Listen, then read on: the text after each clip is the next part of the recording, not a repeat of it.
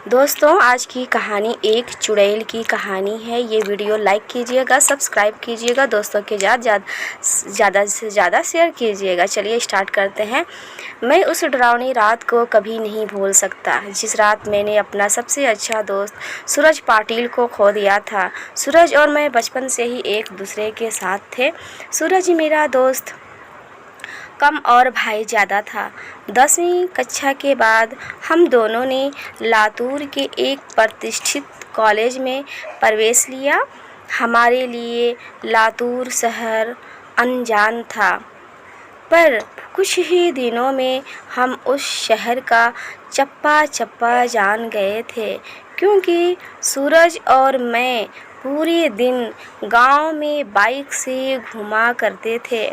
हम दोनों रोज़ उसी शहर में घूमकर बोर हो चुके थे, इसलिए एक रात हमने लॉन्ग ड्राइव पर जाने का फैसला किया। हमने कामी गांव के जंगल में जाने का प्लान बनाया। हम कामी गांव के जंगल में कभी नहीं गए थे, पर हमने सिर्फ इतना सुना था कि कामी गांव का जंगल सिर्फ नाम का जंगल है, क्योंकि वह हरे भरे पेड़ों के सिवाय कुछ नहीं था। क्योंकि उस जंगल में जो भी जंगली जानवर थे वो शिकार के कारण ख़त्म हो चुके थे। इसलिए रात में लॉन्ग ड्राइव पर जाने के लिए वह जंगल बिल्कुल सुरक्षित था। और उसी रात पूर्णमासी की रात भी थी। मौसम भी अच्छा था, इसलिए मैं सूरज के साथ कामी गांव के जंगल में जाने के लिए राज़ी हो गया। रात के 11 बजे हम कामी गांव के जंगल में दाखिल हो गए। हमने जैसा सुना था वैसा ही जंगल का रास्ता मक्खन की तरह मुलायम था। हमारी बाइक हवा से बातें करने लगी थी। वाकई बहुत मज़ा आ रहा था, पर मुझे इस बात से हैरानी हो रही थी कि हम जंगल के इतने करीब अंदर दाखिल हो चुके थे, पर तब भी हमें रास्ते में एक भी गाड़ी दिखाई नहीं दे रही थी। जंगल पूरा रास्ता सुनसान पड़ा हुआ था। तभी रास्ते में हमें एक पुल दिखाई दिया। सूरज ने उस पुल के बीचों बीच बाइक रोक दी। वह अंग्रेज़ों के द्वारा नदी में बनाया गया 100-200 साल पुराना ब्रिज था। पुल के बगल में एक बड़ा सा बोर्ड लगा हुआ था और उस पर लिखा हुआ था एसटी जॉर्ज ब्रिज। हम दोनों पुल पर गए और खड़े हो गए। पुल के नीचे से नदी बह रही थी और कोमल हवाएं चल रही थी। नदी के बहती हुई पानी में चांद दिखाई दे रहा था। इतने में दूर जंगल से भेड़ियों की रोने की आवाज़ आई और पुल के ऊपर से बहने वाली हवाएं अचानक रुक गई। नदी का पानी थम सा गया और चांद एक काले बादल के पीछे गायब हो गया। तभी हमारे सर के ऊपर से एक टिटहरी भयंकर आवाज़ में चीखती हुई मंडराने लगी। मालूम वो हमसे कह रही थी कि यहाँ से जल्दी से भाग जाओ। मैं सूरज, यहाँ कुछ अच्छा नहीं लग रहा है। टिटहरी का चीखना मतलब हमारे चारों तरफ खतरा मंडरा रहा है। हमें जल्दी यहाँ से निकल जाना चाहिए।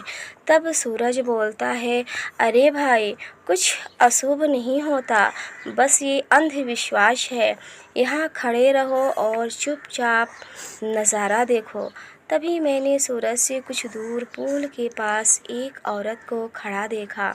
दूर से तो वो दिखने में सुंदर लग रही थी, पर वह पुल के नीचे नदी में झांक रही थी। मैं उसकी तरफ देख ही रहा था कि इतने में वो औरत पुल के ऊपर चढ़ गई। मैं सूरज अपने पीछे देख, वो औरत क्या कर रही है?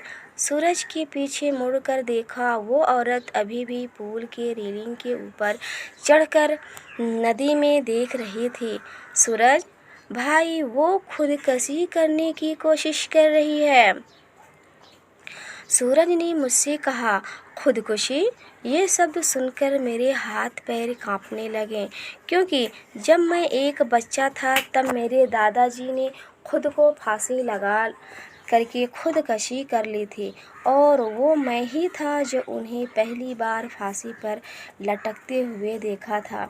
इधर सूरज उस औरत को रोकने के लिए उसकी तरफ भागा, लेकिन मैं वहीं खड़ा रहा, क्योंकि फांसी पर लटकते हुए मेरे दादाजी मेरे सामने आ रहे थे। सूरज तेज़ी से चिल्लाया, अरे चाची, क्या कर रही हो? उतरो, वहाँ से गिर जाओगी। सूरज की आवाज़ सुनकर मैं होश में आया। सूरज उस औरत के बहुत ही करीब जा पहुंचा था, और तभी वो औरत नदी में कूद गई। तब तक मैं दौड़ते हुए सूरज के पास जा पहुंचा। वो औरत हमारे सामने नदी में डूब रही थी और चीख रही थी, बचाओ बचाओ, पर हम उसे सिर्फ डूबते हुए देख रहे थे, क्योंकि हम दोनों बहुत ज़्यादा डर गए थे और वो औरत मदद के लिए बुला रही थी। फिर तभी सूरज ने अपनी टी-शर्ट उतारा और पुल के रेलिंग पर चढ़ गया। मैंने उसका हाथ पकड़कर उसे रोकने की बहुत कोशिश की, लेकिन वह नहीं माना। उसने मेरे हाथ से अपना हाथ छुड़ा करके उस लड़की को बचाने के लिए नदी में कूद गया। सूरज नदी में कूदते ही उसे अपने आसपास देखा। उसे वो औरत कहीं भी दिखाई नहीं दे रही थी। उसने सोचा कि वह डूब चुकी होगी। फिर उसने गहरी सांसें ली और पानी के अंदर डुबकी लगाई। कुछ देर बाद वह पानी के ऊपर आया, लेकिन वह लड़की कहीं नहीं दिखाई दे रही थी। मैंने आंखें बंद करके भगवान से प्रार्थना की, लेकिन जब मैंने आंखें खोली तो मेरे बगल में ही पुल की रेलिंग पर वही औरत बैठी थी जो कुछ देर पहले नदी में कूद गई थी। वह किसी जंगली जानवर की तरह पुल की रेलिंग पर बैठी हुई थी और नदी में सूरज की तरफ देख रही थी। चुड़ैल, क्या हुआ? मुझे ढूंढ रहे हो? हंसते हुए बोली। सूरज पानी की सतह से हमें देख रहा था। उसे भी पता चल चुका था कि ये कोई औरत नहीं बल्कि यह एक चुड़ैल है। सूरज हमें चौड़ी आंखों से देख रहा था। मैंने सोचा अब ये चुड़ैल मुझे इसी पुल पर चीर फाड़ कर मार डालेगी और फिर मेरी कच्चे मांसों को चबा चबा कर खा जाएगी, क्योंकि मैं अकेले ही उसके पकड़ में आ गया था और डर के मारे मैंने अपने पैंट में पेशाब कर दी। चुड़ैल, डरो मत, मैं तुम्हें नहीं, उसे अपने साथ नदी में ले जा रही हूँ। जब मैं ये सुना तो मेरा दिल डर से दहल उठा। मैंने सूरज से चिल्लाते हुए कहा, सूरज, जल्दी से पानी से बाहर निकलो, नहीं तो ये चुड़ैल तुम्हें पानी में ले जाएगी। सूरज पूरी तरह से डर गया था। उसके हाथ पैर सुन्न हो गए थे। उसे एहसास हो गया था कि वह नदी में से बाहर नहीं निकल पाएगा, क्योंकि वह नदी के बीचों बीच था। चुड़ैल मेरे तरफ देखकर मुस्कुराई और फिर नदी में छलांग लगा दी। सूरज आखिरी बार चिल्लाया और चुड़ैल उसे पानी में अपने साथ ले गई। कुछ देर तक पानी में से बुलबुले निकलते रहे, पर कुछ देर बाद वो भी बंद हो गया। मैं आंखें फाड़ फाड़ कर नदी में देख रहा था और सूरज को पुकारता रहा। इतने में नदी के पानी में खून दिखाई दिया। मेरी आंखों में आंसू आ गए और मैं समझ गया कि उस चुड़ैल ने सूरज को मार दिया है। मैं वह सदमा बर्दाश्त न कर सका। मेरी आंखों के सामने अचानक अंधेरा छा गया और मैं उसी जगह पर बेहोश हो गया। जब मुझे होश आया तब सुबह हो चुकी थी। मैं 4-5 लोगों से घिरा हुआ था। पुल पर काफ़ी सारे लोगों की भीड़ जमी हुई थी। लोग पुल के नीचे झांक रहे थे। मैं उठा और दौड़कर पुल के पास गया और देखा पानी में नदी के किनारे सूरज की लाश तैर रही थी। उस चुड़ैल ने बड़े ही बेदर्दी से सूरज के सीने से दिल निकाल लिया था। मेरा सबसे अच्छा दोस्त मुझे छोड़कर चला गया था। उस दिन मुझे कामी गांव के लोगों से पता चला कि उस नदी में 100 साल पहले से ही किसी चुड़ैल का वास था। असल में हुआ ये था कि अंग्रेज़ों के ज़माने में एक अंग्रेज़ अफ़सर ने सुंदरा नाम के एक औरत का बलात्कार किया था। ये बात आसपास के हर गांव में फैल गई थी। इसी कारण सुंदरा के गांव की कोई भी औरत बात नहीं मान रही थी, क्योंकि सब लोग कहते थे कि उसकी पवित्रता नष्ट हो चुकी है। गांव के लोग उसे हर दिन ताने मारते थे। कुछ दिन बाद सुंदरा के पति ने भी उसे छोड़ दिया। तब सुंदरा अपने घर चली आई।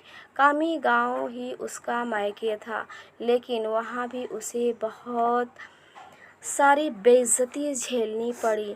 वो हर दिन लोगों के ताने सुनकर तंग आ गई थी।